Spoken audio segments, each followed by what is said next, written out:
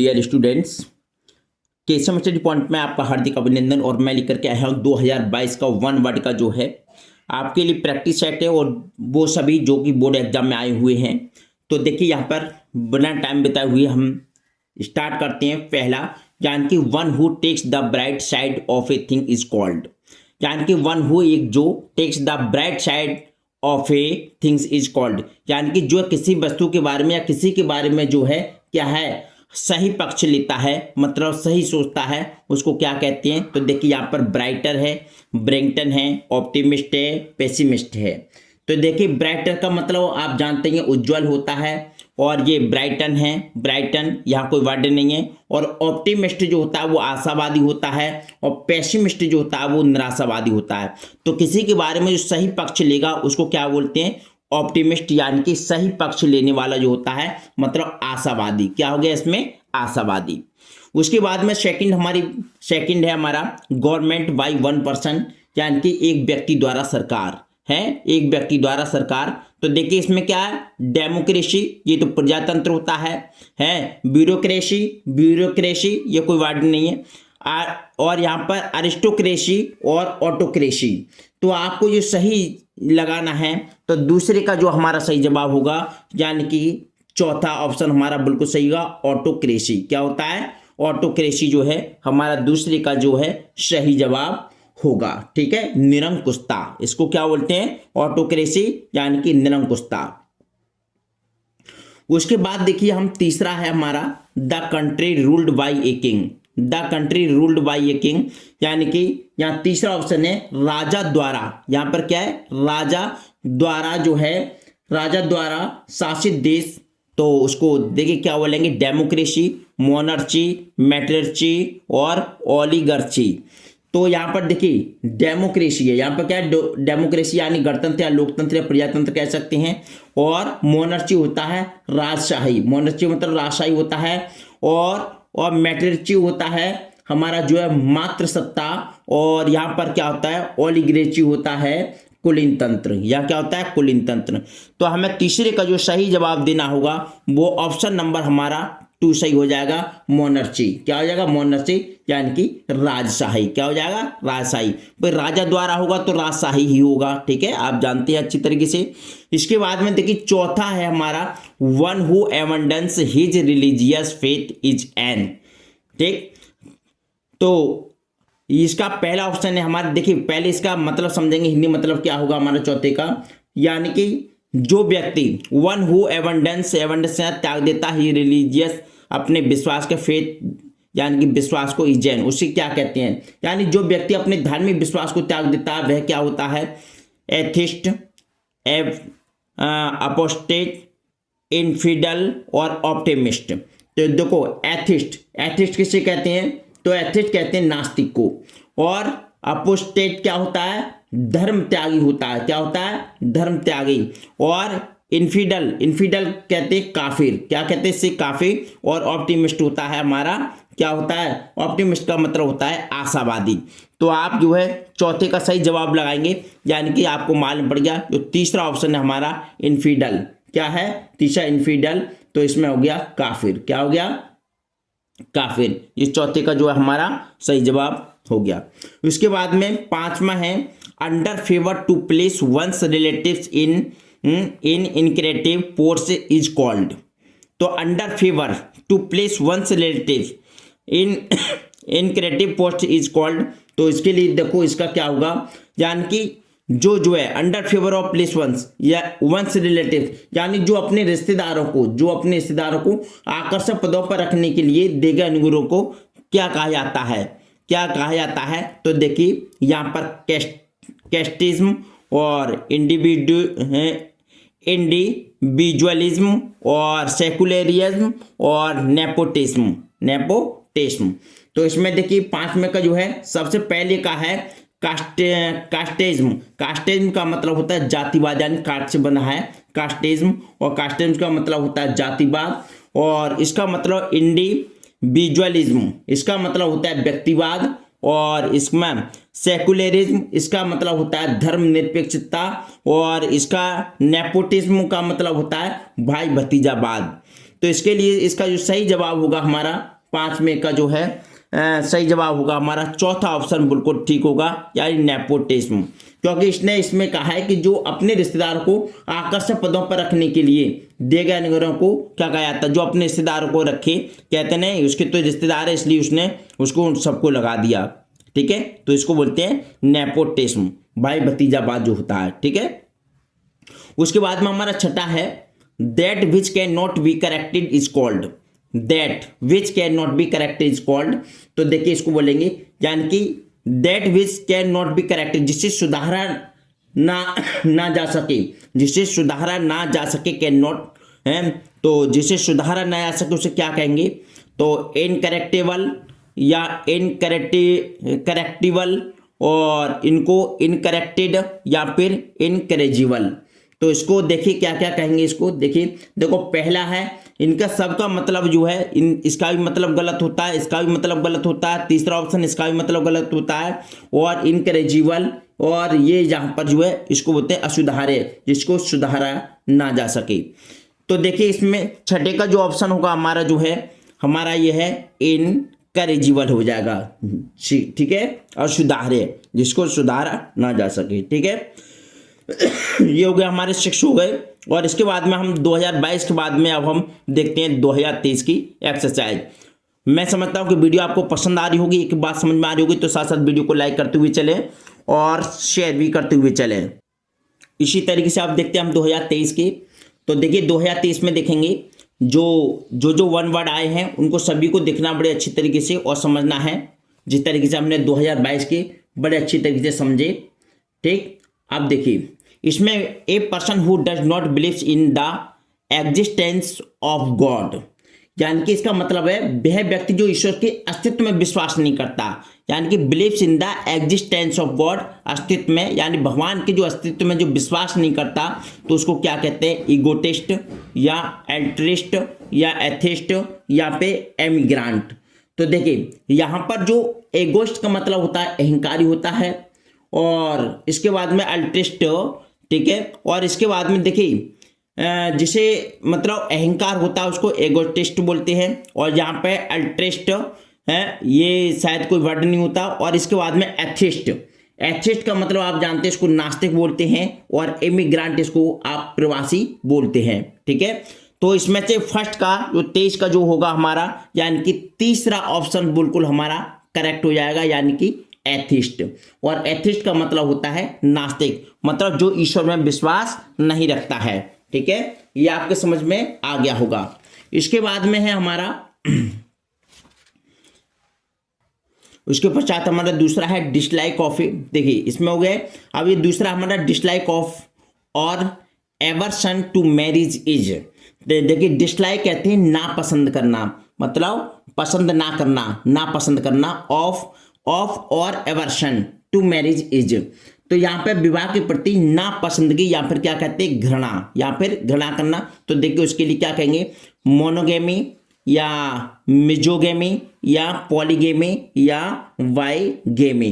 तो इन चारों ऑप्शन में से आप जो है सही जवाब लगाएंगे, तो यहाँ पर दूसरा ऑप्शन हमारा बिल्कुल सही हो जाएगा, क्योंकि पहला जो होता है मोनोगेमी, तो मोनोगेमी का जो मतलब होता है वो एक पत्नीत्व होता है, और दूसरा जो होता है मिसोगेमी होता है, यानी स्त्री विवाह। क्या होता है, स्त्री विवाह। और तीसरा क्या होता है, बहु विवाह। और फिर आगे है वाइगेमी, और वाइगेमी मतलब द्विविवाह, इसको बोलते हैं द्विविवाह। तो इसका हमारा जो सबसे सही जो होगा हमारा वो होगा मिजोगेमी। क्या होगा, मिसोगेमी या मिजोगेमी बोल सकते हैं इसको। तो ये दूसरा ऑप्शन हमारा बिल्कुल ठीक होगा। ठीक है, यानी कि स्त्री विवाह। उसके बाद में तीसरा है हमारा one who does not believes in the existence of God is called. One who एक व्यक्ति जो है, देखिए पहला और ये जो है तीसरा एक जैसे ही हैं, तो आपको इसमें मालूम होगा इसमें भी अलग अलग ऑप्शन हैं, तो इसमें थोड़े ऑप्शन अलग तरीके के हैं। तो तीसरा जो होगा, जैसे one who does not believe, जो विश्वास नहीं करता है in the existence of God's is called, यानी भगवान के अस्तित्व में जो विश्वास नहीं करता है उसको क्या कहते हैं। तो देखिए सबसे पहले है थीस्ट है, डिवोटी है, वर्शिपर है और एथिस्ट है। तो यहाँ पर जो है पहला ऑप्शन है थीस्ट। थीस्ट का मतलब होता है आस्तिक। और यहाँ पर डिवोटी, और डिवोटी का मतलब होता है भक्त। और यहाँ वर्शिपर जो है, वर्शिपर का मतलब होता है उपासक। और एथिस्ट का मतलब होता है नास्तिक।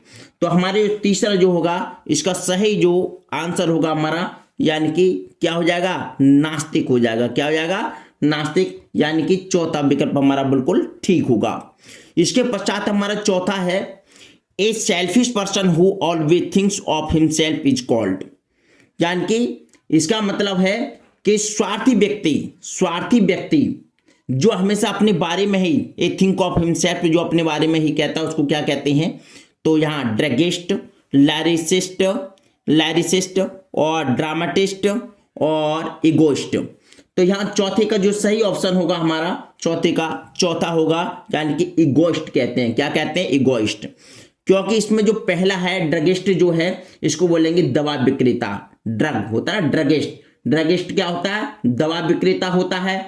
और जो लाइरिसिस्ट होता है, इसको बोलते हैं गीतकार। और इसको ड्रामाटिस्ट होता है नाटककार। और जो इगोइस्ट होता है, इसको कहते हैं अहंकारी। तो यहाँ पर जो है सही जवाब होगा अहंकारी। क्या है, केवल जो अपने स्वार्थ के बारे में सोचता है, जो व्यक्ति जो हमेशा अपने बारे में ही सोचता है, उसे अहंकार कहते हैं, यानी कि इगोइस्ट। ठीक है, एक एक चीज को बड़ी ध्यान से समझते हुए चलना बहुत अच्छी तरीके से।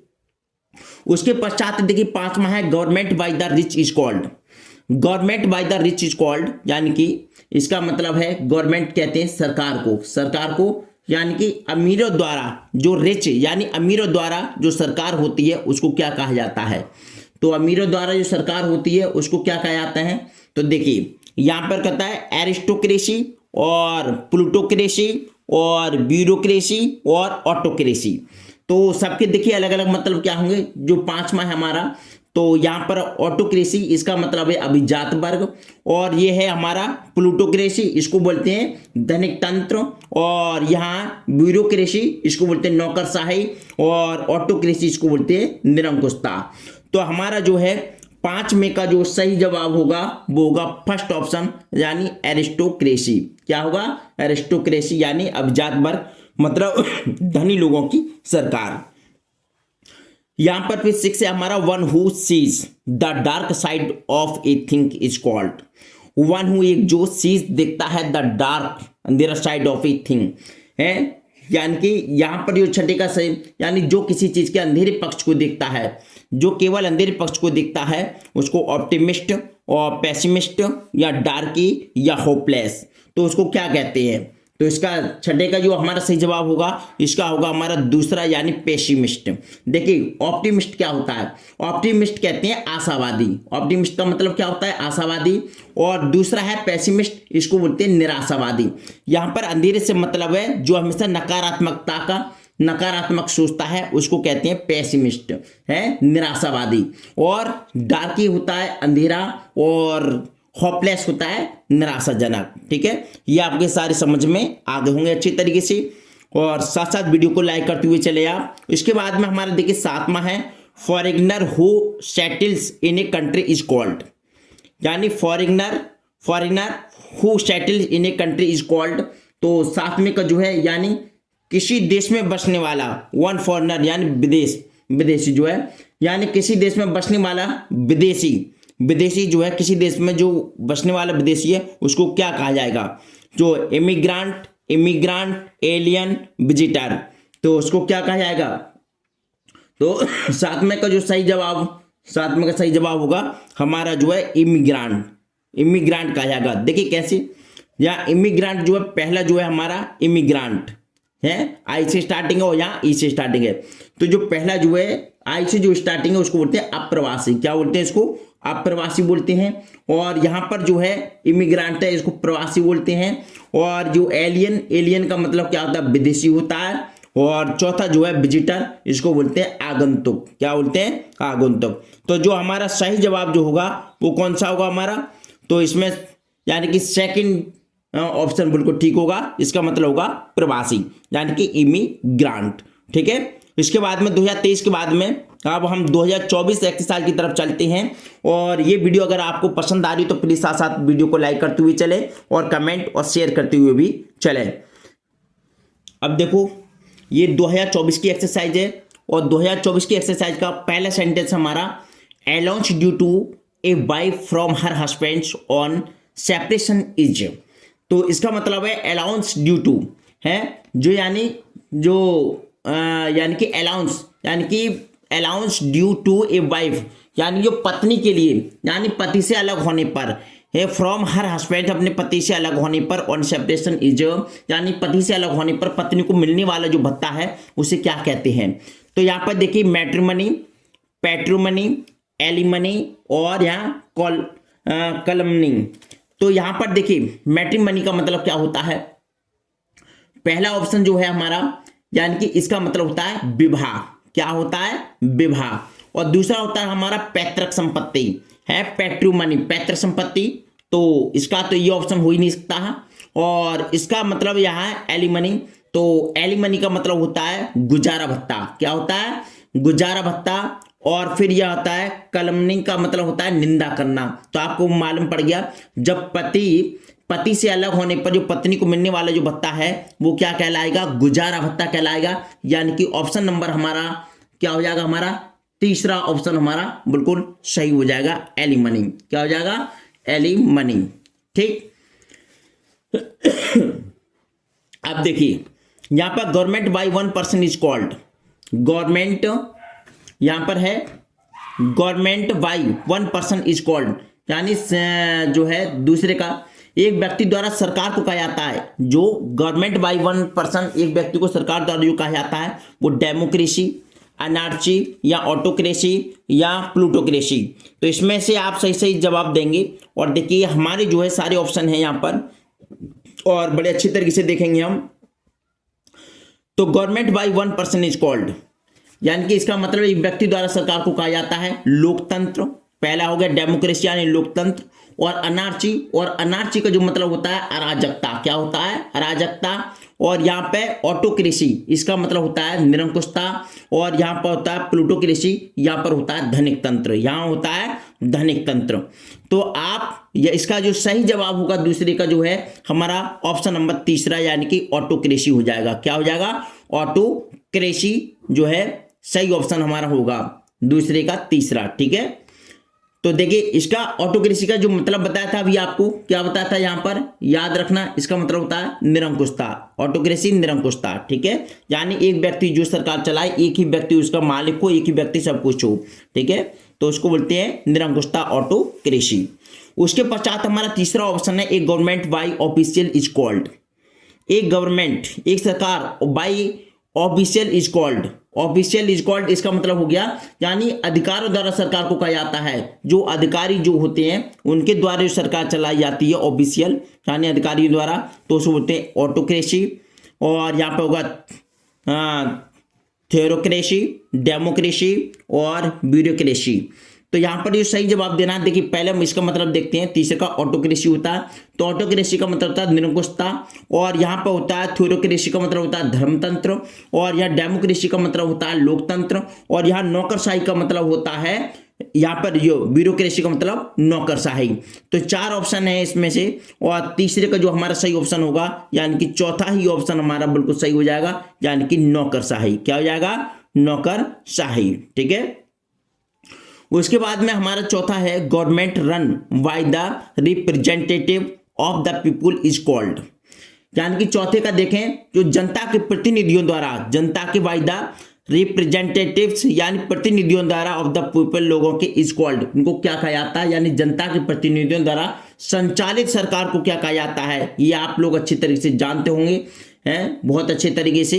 तो देखो ब्यूरोक्रेसी, ऑटोक्रेसी, डेमोक्रेसी, अनार्ची, तो आपको सीधे सीधे समझ में आ गया होगा। इसको कहते हैं जो जनता द्वारा जो चुनी जाती है, जनता के द्वारा जनता के लिए जनता द्वारा किया गया शासन यानी कि प्रजातंत्र, लोकतंत्र या गणतंत्र कहलाता है। तो इसका सही जवाब होगा हमारा डेमोक्रेसी। क्या होगा, डेमोक्रेसी। उसके पश्चात में हमारा पांचवा ऑप्शन है, यहाँ पांचवा क्वेश्चन है a state where all religions are respected and practised is called, practised is called. तो इसका मतलब है पांचवें का जो मतलब है हमारा यानी वह राज्य जहां सभी धर्मों का सम्मान और पालन किया जाता है जैसे कि हमारा भारत, तो उसको क्या कहेंगे हैं जहाँ ए स्टेट एक राज्य, जहाँ और रिलीजन सभी धर्मों का एंड रेस्पेक्टेड क्या सम्मान किया जाता है, वन प्रैक्टिस्ड इज कॉल्ड, तो उसको क्या कहा जाता है, जहाँ पर जो है देखिए, तो यहाँ पर अंडर मोक्रेटिक एंड यहाँ पर है अनडेमोक्रेटिक, क्या बोलेंगे इसको, अनडेमोक्रेटिक, और यहाँ पर डेमोक्रेटिक, और यहाँ पर थियोरोक्रेसी और सेकुलर।